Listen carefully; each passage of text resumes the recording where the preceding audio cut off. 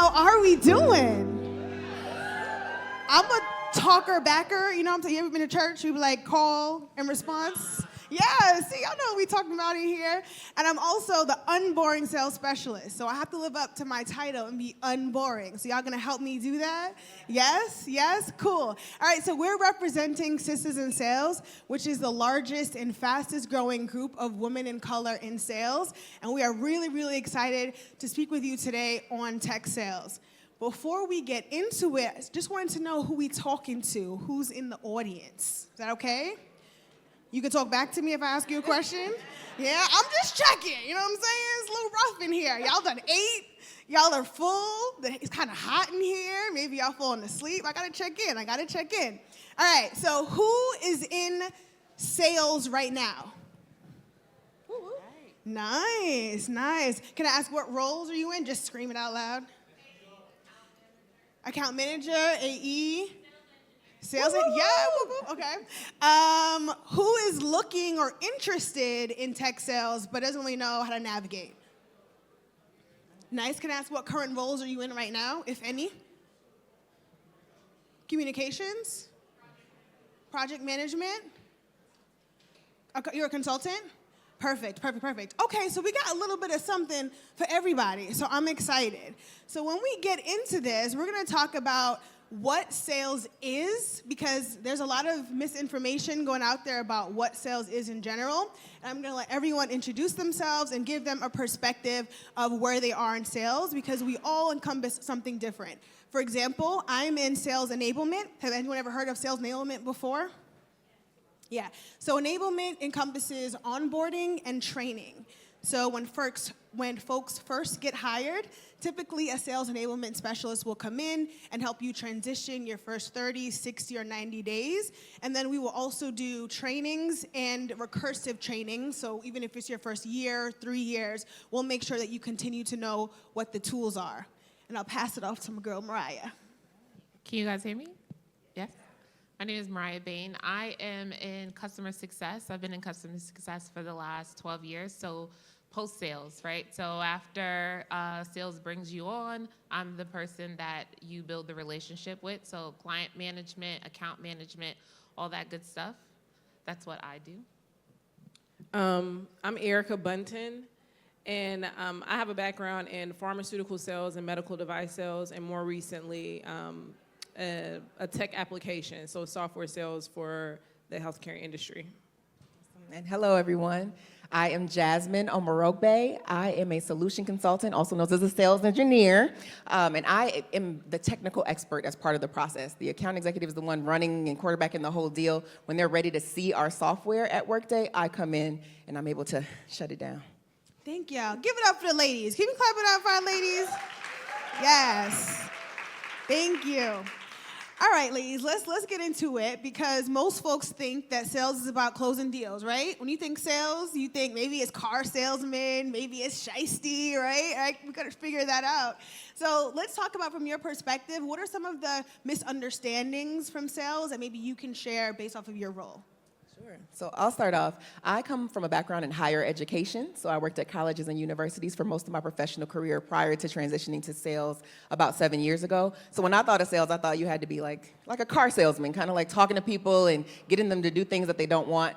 What I didn't know was it's really about helping people solve their problems, right? Understanding what the customer needs, how we, and truly believing in my solution that we can help, right? So having those conversations and being able to know that it's all about relationship building and communication and helping people solve problems. I didn't know that, and now I'm so glad to do it.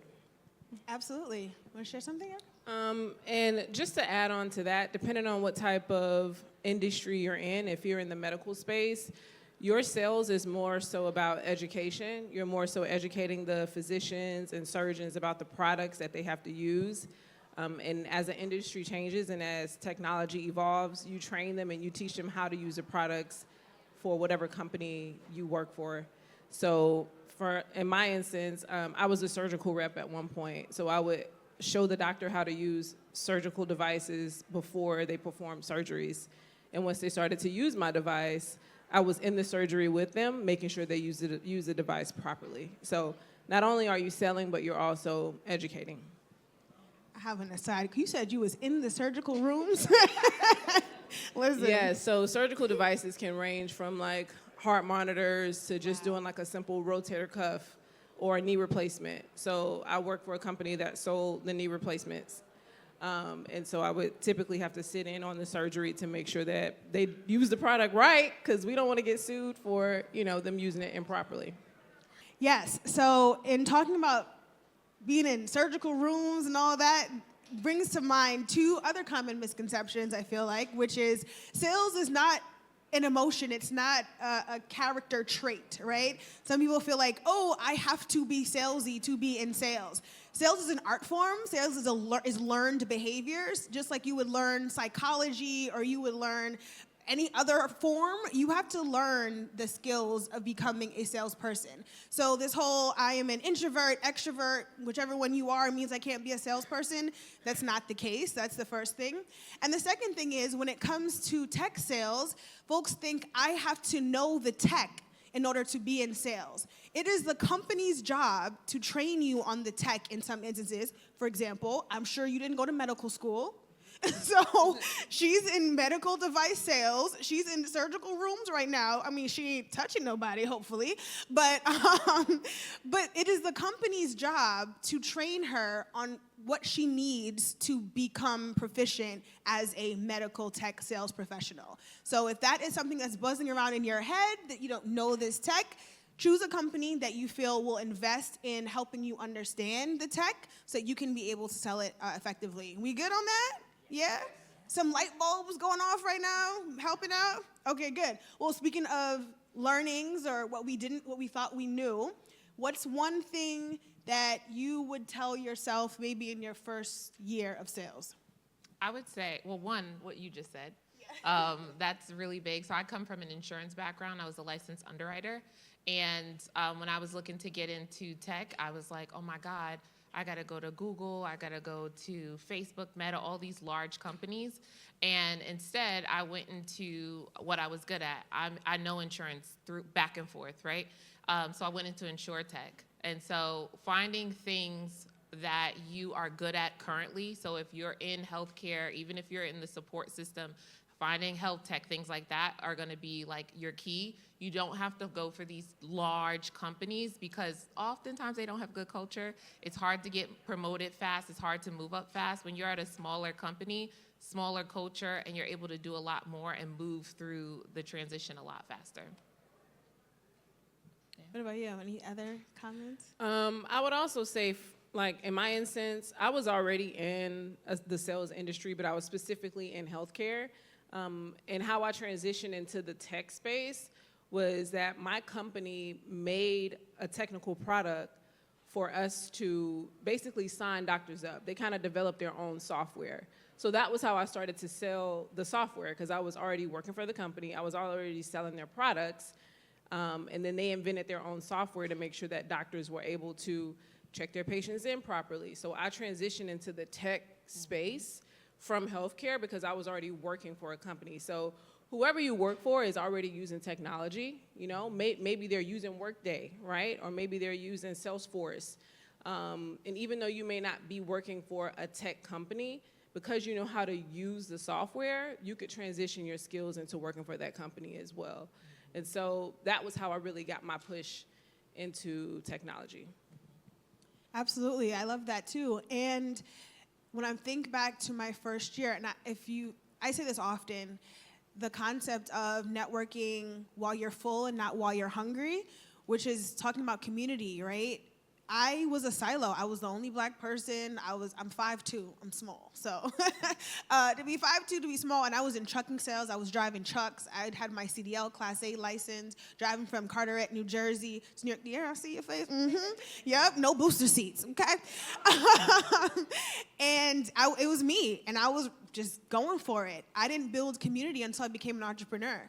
And if I had built community in my seat, reaching out to people, not feeling intimidated by someone else's success, really looking in the mirror and not out the window, and being confident in my learnings, or being transparent about what I do need to learn, and then building community to help me grow, I would be way further along than I was back then, which is the whole premise of like Diversitech and SISTAS in sales. It's so that you can see yourself maybe 5 years from now or 10 years from now? How do you know what to aspire to or what to work towards if you don't see it? And for each of us, we've all been laid off. Like, how many of y'all have experienced a layoff? I've gone through 4. I've gone through 4. So in the startup world, the benefits are you can get promoted very quickly. You can learn. There's also just that roller coaster of stuff is a cycle. You just might get let go. But when you have that community, you're able to build and grow from that. So what has community brought to you all? The learning, for sure, I would say.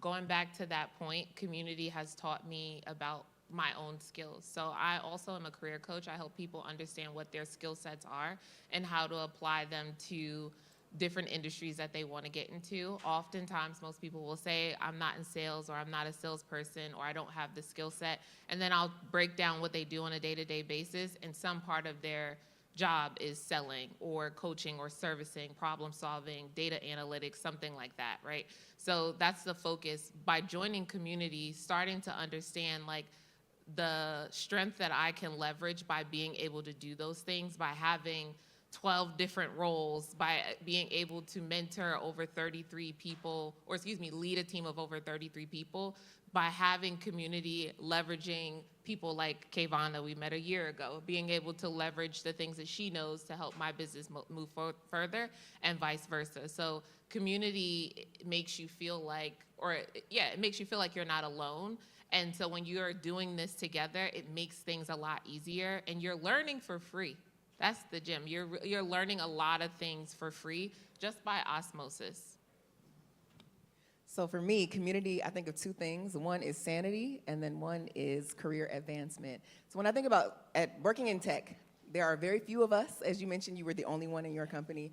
I've been the only in many spaces, and I think having people who I can trust. They haven't always looked like me, but finding some community in various ways. I love when they do look like me. It's easier that way because we already have an understanding. So I think maybe understanding that when you go to a meeting and something is said, and it's so comforting to be after the meeting like, did you see that too? Did you hear what I heard? Right, be having somebody that you can debrief with and say, okay, is it me or is it them? What do I need to do in the situation? How do I need to navigate? Because otherwise, I think, especially being in tech, when you are one of the onlys, you can feel so isolated, and you can make decisions based on that, like desperation for wanting community, and if you don't have it, it's difficult. The next thing I would say is career advancement, because in my company specifically, because I know specifically Black people all across the company, my team only knows each other. I know people all around doing different things, and I'm able to talk to other leaders in other spaces, and they're like, how do you know them?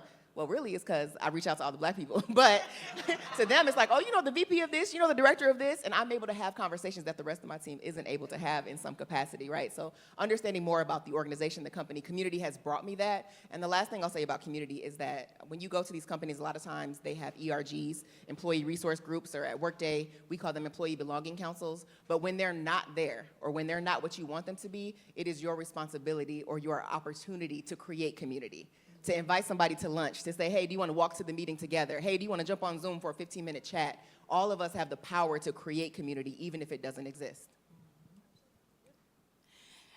We have the opportunity to create is so empowering when we lean into it. Even when we talk about LinkedIn, everyone has a LinkedIn? Raise your hand if you have a LinkedIn.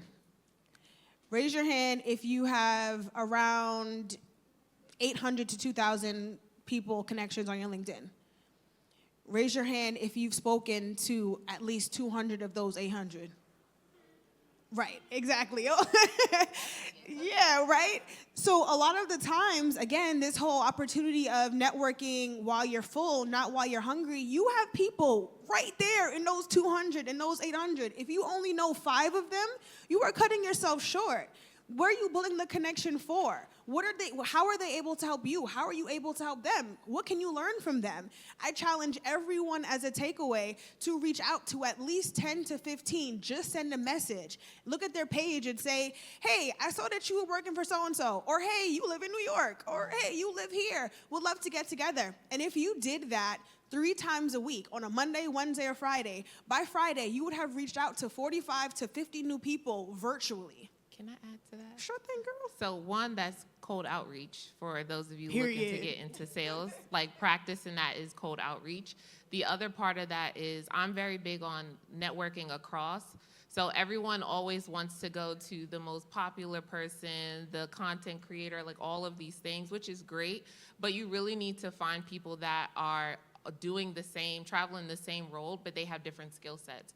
I'm in customer success, I'm a career coach. She's in sales enablement, she's also a coach. She's in sales, she's in pre-sales, and being able to connect all four of those, like me, if I'm looking to get people jobs, right? And I'm like, hey, I wanna bring in Jasmine to learn a little bit more about pre-sales. I can have her come into my community and talk about that, like leverage that. It's a leverage for her, it's a leverage for me. Same thing, right, with Erica, like, oh, I heard a lot about medical sales and the money that people make in medical sales. So like being able to leverage those. Don't always try to go to the person that's at the very top. Start networking across because you'll get a lot further and a lot faster. If I can add to it, to help people help you. When you are on LinkedIn, because I'm a tactical and a logistical person, so since we're talking about reaching out, there's a way to reach out, and there's a way to reach out to make people want to help you, want to champion for you. Reaching out and saying like, hey, can I just pick your brain for 30 minutes? Because how many requests do we on this stage get a week of people who just want to talk to us or chat? So just wanted to highlight, when you go, do some research. Hey, I see you live in New York. I see that your experience includes this. I'm this person. I'm looking for this and this. Do you have 15 minutes? Do you have 20 minutes to chat with me? So the way you reach out is going to help determine what response you garner. But also, one other tip that I found to be successful is when people do talk to me, there's been conversations I've had that have led to a new job or to a new opportunity or to a contact. I'll send them a $10 Starbucks gift card, right? Because I have $10, thankfully, and so it's not gonna buy them the store, but it's like, hey, I appreciate your time. Thank you for this. And every time I end a call, I always ask, is there a way that I can be a resource for you? Right? Even if I'm asking for someone else, how can I help you? It's a two-way street. It's not that you have to come with your hand out all the time, right? You have something to offer. You have some experience. They don't know who's in your network also. So I would always make sure you're either thanking people, using their time well, and then also offering something of any capacity. Even if they say no, I love when people at least offer something for my time. Absolutely, and there's nothing like planting seeds. Someone planted a seed for each of us. I'm sure someone has planted a seed for you, even in coming to this conference. Some people got tickets from somewhere or got an introduction from somebody, right? Yeah, I got to see a couple people I sponsored here too. And those seeds will produce fruit, right? So be strategic, and again, that's a sales skill that we're talking about here. So one of the action items that I really want to challenge you all to is use what you currently have in your hands. And if everyone has a LinkedIn and everyone has 100 or more people in there, you just don't know what's going to happen from that. Clients I've got from Mariah, Mariah's got clients she got from me. I'm telling folks, be transparent about what you're looking for as well and what you have to offer, because people do typically want to help if they can. Folks are telling me, hey, this might be your client. I'm not sure, but I'm going to send them your way anyway. And I'm like, great. So you can also begin to create a network amongst yourselves. So I make it my point in 2025 to reach out to my community within my LinkedIn network. And now I have a whole doc of like, this person's a lawyer, this person does this person does that. So if Mariah ever said, girl, I'm trying to patent this thing, I'm like, girl, I just talked to somebody yesterday. I'm going to send them your way. Yeah. You just never know when you might need something, and you never know when you might have something to offer. The last add to that is all of this is still sales. So I'm hoping that you guys are all putting this together. This is cold outreach. These are warm leads. This is discovery when you're already doing your research to figure out like what's going on. If you're practicing these things now personally, when you are trying to go for a sales role, you can talk about this, right? You can talk about the fact of like, oh, hey, in my LinkedIn, like I've reached out to, you can call it a pipeline. I've reached out to over 50 people in my pipeline, right? I've been able to convert that 50 people into, let's say, 20%. I've been able to convert 20%. I've been able to have those connections in those meetings. This led to a job. This led to a free conference ticket. Being able to do that is going to be really important. So we're talking about like all of the things surrounded around sales that maybe not directly, but all of this is sales at the end of the day. And I want to get to the next question. I also want to open up the floor for next questions, but I want to say one more thing on the topic, which is the art of storytelling. What did Mariah just do? Mariah told a story about how she leveraged growing her network to her own benefit. When you are interviewing and you're on an interview, you will be telling your story. If you connect with me on LinkedIn, I'll send you an invitation. I'm having a storytelling workshop at the end of March, and it is how to tell your story. If you are a coach on a baseball team, if you are in a daycare, babysitting, walking dogs, I don't care. It don't gotta be nothing related to tech. There is some transferable skill from one to the other, but if you don't have someone to communicate and articulate to you the language of the roles that you might be looking for, you won't be telling your story effectively. And come on now. Now, the art of storytelling is crucial, and there's challenges to this, right? Like, we didn't just get here. I mean, I'm 15 years in the game. We got some years. We an old person together. we old person. What are some of the challenges that you've experienced along your journey that you think will be beneficial to them, and how did you overcome them? Challenges, Lord. I'd say this. I'd say the layoffs was probably one of, I've been laid off 3 times. And even more recently, my last layoff was in October of 2023, and I was laid off all of 2024. So you're talking a whole year. Like, I didn't start back working until January of this year, 2025. So if you can imagine not having any income for a whole year, can anybody last that long? Can anybody last a year with 0 paychecks? It's a few people who can, but honestly, if I wasn't married, I would have been in my mama's house, okay?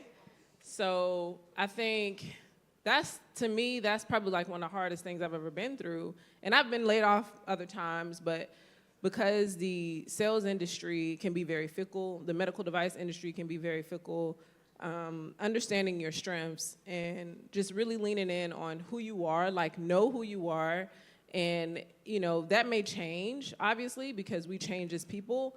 But I think during that downtime, it helped me create a new idea because I use all of my experiences from medical sales, and I even leaned into my experience of becoming a mother 2 times over, and my husband and I created our own company. So I think one of the things that you do in the time that you are down is you lean into who you are. You lean into the things that made you who you are. You lean into the difficulties that you've experienced, and you create. We are not meant to come and work for other people for the whole entirety of our lives. Now, you can work for somebody else, and that's perfectly fine, but any skills that you have, anything that you do, any talent, any skill that you have, you can make money from it. You got to get creative. You got to think about it. I mean, maybe you got to smoke. I don't know. You got to do something to get your mind going so that you can figure out, how do I create something to make money so that you can survive, right? And not just survive, but thrive. So in my downtime, in my hard time, I tapped into who I was and what I've experienced in my life, and I created a whole nother company. It's called Maternal Health AI. So I think when the chips are down and you haven't saved properly, because I think that's one thing the 3 of us talked about, like save your money, and not just put $50 in the savings here and there, be aggressive with your savings at different times in your life, especially if you can. And if we had not done that, 2 kids and no money, girl, what? So that's my take. Think about yourself, think about your skills, think about your past, write the things down that you do very well, your talents and your skills, and just go for it. I'll go into the challenge and then into the money question. That way we can flow a bit. So one of the challenges for me early on was I wasn't in tech. I was traditional insurance. I had a team of people. I was making, coming out of college, I made $44,000. 5 years later, I made $68,000. And I was like, this is not a lot of money at all. I don't have no kids. I was like, this is not a lot of money. I'm not able to afford the things I want to afford. But I had a lot more responsibility. I had increased in title. I had been moved to different branches to make sure that they were doing well. And I was like, this is just not enough. Long story short, I've been community, conversations about money. We are so afraid to tell each other how much we make. I was in conversations where people were like, oh, you make 6 figures? And I'm like, yeah, Another conversation. She makes 6 figures. yeah, I'm listening, just taking it in. That led to me deciding I wanted to get into tech. I looked into InsurTech, got in InsurTech. 6-8 months later from that period, I had my first six-figure offer. So in the next 5 years of my life, I went from all base. I went from 68 to 90,000 to 120 to 150 to 196, and then end of 2024, I closed at 213,000 all base. And then I got laid off. And I want to throw this over to Jasmine. So then I got laid off, and I had to survive. I have a husband too, but I say this to say I got laid off 3 months before our wedding.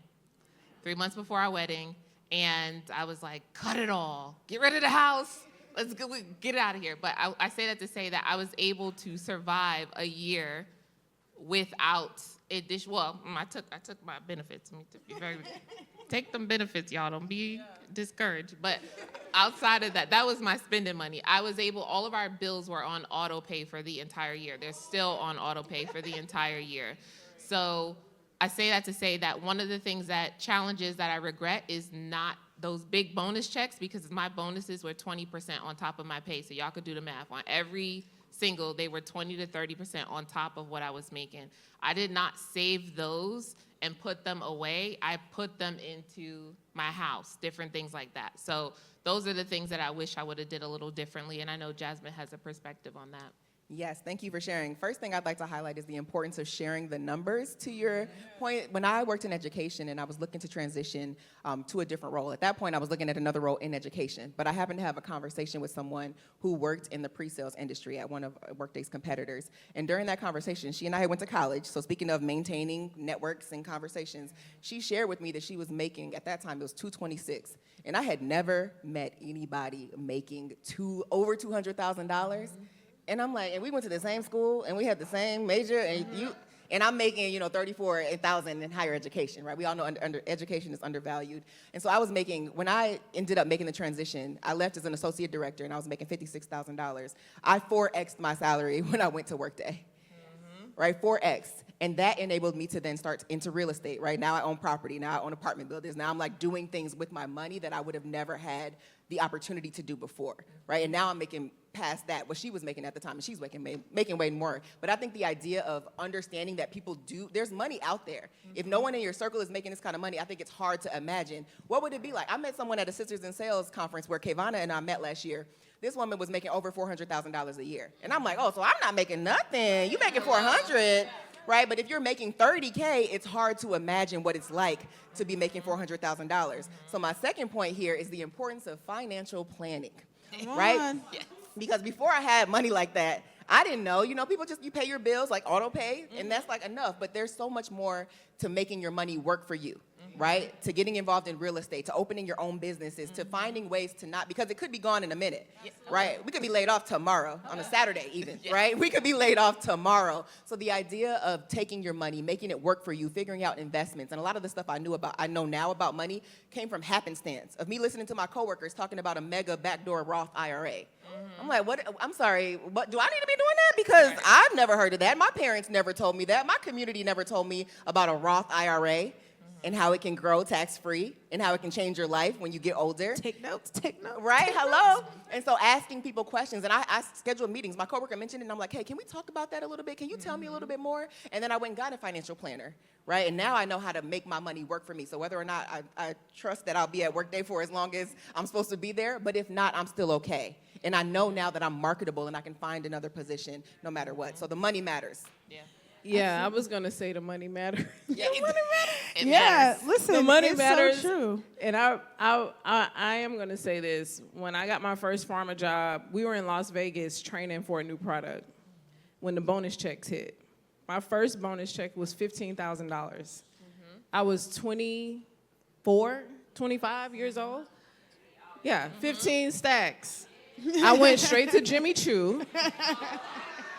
I have those shoes on today as my reminder of the hard work, with my first bonus check. And I called my mom, and she was like, you better not have to, you better pay pay them student loans, right? So, you know, you want to have fun with your money, but financial planning is the absolute, It's so Yeah, important. I mean, it's so important, y'all. some of the Like, common threads yeah. that we're hearing now is, one, it's lucrative. You can make money. And the other thing is, when you make money, you have to know what to do with that money. So for myself, I was working at Yelp, and I was a rep, and I was making, I think it was like $45,000 at the time. And you always think if you become a manager, you're gonna make more money. So I'm gonna work to become a manager. And again, I told you, I was in isolation. I didn't talk to anybody about money. So I'm like, oh, manager? Why am I making less as a manager than I am as a rep? Individual contributors, you take 100% of what you earn. So if I close 300 deals and make $50,000, that is mine, right? And there's commission, we could talk about that. But as a manager, if I have 5 reps and only 2 of my reps hit and the other 3 don't hit, the sum could have been $300,000, but if we only made $75,000, then that is not in my check, and I can't sell for them. So I am a manager with a base that's supposed to be around 60, but you really depend on that commission because the commission is really what takes you over the top. It wasn't until 2019 or so, I talked to somebody who, as a manager, was making $100,000. And I said, okay, maybe I need to go to that company. Maybe it's just because it can't happen right here. So I was praying. I was like, Lord, I don't know, just do it for me. If you did it for her, you could do it for me. And I ended up being a LinkedIn connection who saw me promoting myself on LinkedIn, because that's when I said, if it's not in my network, I'm gonna figure out where it is, but let me people know that I exist. You have greatness within you, but if nobody knows that it exists, then does it exist? Yes, but nobody can see it and nobody can use it. So I started to post on LinkedIn that I hit President's Club. I posted myself on vacation, 3rd year in a row. When they do them slideshows at the end of the month and my name was on the screen, I was posting that. And somebody said, hey, Kivana, we want to help you. We want you to help me build a team at this company. And that was my first role at $100,000. Then I said, okay, well, now that I'm at 100, how can I get to 200? And hit, I think it was like 150. And it's interesting, I told Mariah, this is a true story, I said, well, my next benchmark is like 225, because we're talking all base, no commission. She was like, well, why not 300? If you don't have somebody in your circle that will not let you settle for what is visible to you right now, but someone that can I said, well, what about 300? Well, tell me how I get to 300. Thankfully, be to God, like, get to 225 and 225 base. And I'm just like, okay, once you get there, that value, what says, what is it, the price? What did he say? DJ Khaled is different. Today's price. Price. It's not It's not yesterday's some- price. Or yesterday's Yesterday's price is not today's price.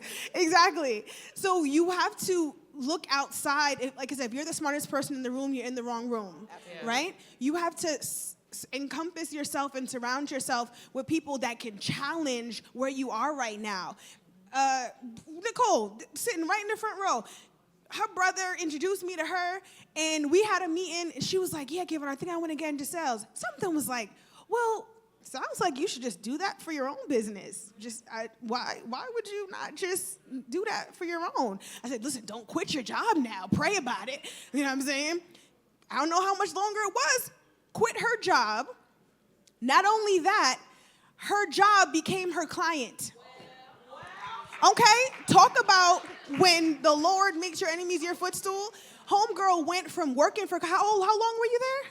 16 years. She was working at that company, giving her talents, doing leadership trainings, not getting credit for her work. Then she said, I'm gonna bet on myself. One conversation that can spark a thought, and you take that thought, you start your own business, you take that business back to the corporation, and now she is no longer a salaried employee from them, but still getting checks.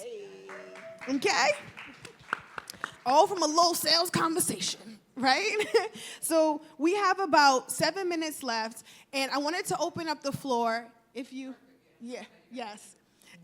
wanted to open up the floor if you all had any questions to anyone, to all of us. We're happy to answer. Yes, sir. In tech, if you're an innovator, you may have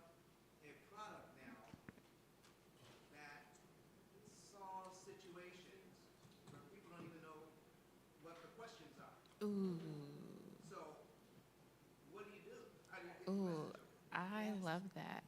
So one of my favorite things about, so like in customer success, I used to come to the sales meetings because the salespeople understood how to get people to the door but not keep them. And so a lot of it is what we call like the discovery, but asking the right questions. So having an understanding, if we sit around and ask you all like, why are you here at this tech conference? Most of you people will say networking, or you're here to like learn, but it's not deep enough, right? What problem are you trying to solve? What's stuck with you right now? And it's really digging to the deep parts of what you need and what we have, what this solution will benefit you or how it will benefit you. So a lot of you are really here because you're looking for a transition, you're looking to build community. And so being able to understand your audience, being able to understand the person that you're selling to, doing your research first to understand like what are some common problems that they may not even know that they have. So storytelling is a big part of that. Understanding what they're saying to you and what that means on a deeper level is really the root of sales. So beyond just like, oh yeah, I'm here to network. Well, you're here to network probably because you need to meet people. Why do you need to meet people? You need to meet people because you have a product that you want to sell, or that you're lonely in your community, or that you need to make more money. Whatever that is, it's asking those qualifying questions to be able to say, well, here is what this product, this service, or I can provide, and here's how it will make your life easier. That is what the end of every conversation should be. In sales, in life, how do you make that person's life easier? Absolutely, and I love the question. And for me, sales has always been a psychology. I'm always trying to understand the perspective of who I'm talking to, and then once I understand where they are, how do I bring them to where I am? And that's an art form that I think is lost because sales has this connotation of being a bully. We're trying to get them to buy this thing, and it's conniving and manipulative and all of these things. When in fact, sales done right is, to Mariah's point, it's qualifying to understand what their needs are, what they're looking for. Again, psychology, how your brain working in the moment, what position, what season are you in, what's inspiring you, what's motivating you, and then positioning your solution, your product as a solution, or disqualifying it out. There are cases where you need something and this is not the solution. We don't have the fit. And most salespeople, that's our biggest flaw. We don't know how to throw things out. We just want everything that comes in, we want to close them. But it's also understanding that we can't solve everyone's problems, and there's sometimes that we just have to say no. Thank you for the question. Yeah. It's a pleasure to meet you, ladies. Appreciative of the insight that you guys have been given. My name is Ayub. I'm currently in high ticket sales, and I'm looking to break into the tech industry as an SDR. And the essence of my question is in finding. First off, how do you find the right industry and the right company to work for? And the second thing would be transitioning. It's different routes to go in sales. How do you find the right route for you? I have a follow-up question for you. Yes, ma'am. Why do you want to be an SDR? I want to be an SDR to, just sharpen up the skills and sharpen up the sales skills, become more articulate, become more efficient, diligent, and then find my way into something else like a sales engineer. That's kind of been thrown at me these past couple of days or since yesterday, or customer success, something of that nature. But just to find myself, see what works for me. Okay, I wanna tap on something real quick. You just said sales engineers has been pushing on you for a little bit, right? Did somebody tell you that SDR was your entryway into sales? That's kind of what I picked up from learning about it in the beginning. So I'm in coaching for this exact conversation. Everyone who wants to get into sales, they say, I want to be an SDR. I ask them why. If they trace back the why, it's because somebody told them that the only entry point is to be an SDR first, to do exactly what you just said. I want to sharpen up my skills first. I want to become a better communicator. I want to understand. You could sharpen up your skills and be a better communicator as a sales engineer. You just have training for it. Right. So I'm not answering your question, but I just want you to think through if you really want to start as an SDR, or if you want to be a sales engineer. And if so, talk to a sales engineer. I would just say one of my biggest clients is Sales Bootcamp, is Rework Training. And so I do have to shout them out and give them a plug. We do teach people how to get into sales via SDR, BDR. I do agree with Kayvana because I be pushing CSMs in there all the time, sales solution engineer. But to answer your question, I will give you advice and answer your question. If you want to be an SDR, you should be an SDR because you want to make money. Nothing else, in my personal opinion, because at the end of the day, the SDR is a foundational role, and it's a very gritty role. It's 80 calls a day, 100 calls a day, 200 calls a day, depending on what organization you work for, and it's about the grind. It's about repetitive motion. It's really, you'll get better by continuously articulating yourself. So if you want to be an SDR, you need to be very money-driven, because if you're money-driven, all the grimy stuff that you're doing, it's not gonna matter, because when you see them checks, you're gonna be like, okay. If you're not that money driven, going into what Kayvana was saying and finding the right solution to go back and answer your question, you guys need to think about what motivates you, what pushes you, what is important to you. For me, it's one of three things. Either the money has to be right, and I'll do the job, whatever. As long as it's not morally wrong, I'm gonna do the job. If the money is right, I'll do the job. If it's, the other thing is the product. Do you have belief in the product? Can you sell the product? Do you understand the product? Do you like the product or the idea of the product? And the other thing is the people. So when you start thinking about the right industry is specific to each person. It's one of those three things you need to focus on and find, and then you can do the role in that industry. Does that make sense? Yes, ma'am. Thank you for the question. That's our time. Citizen Sales, we're representing Citizen Sales today, also has a conference at the end of the year, so you guys can connect with us as well, and we'll be happy to send you guys some invitations. Thank you. Thank you all.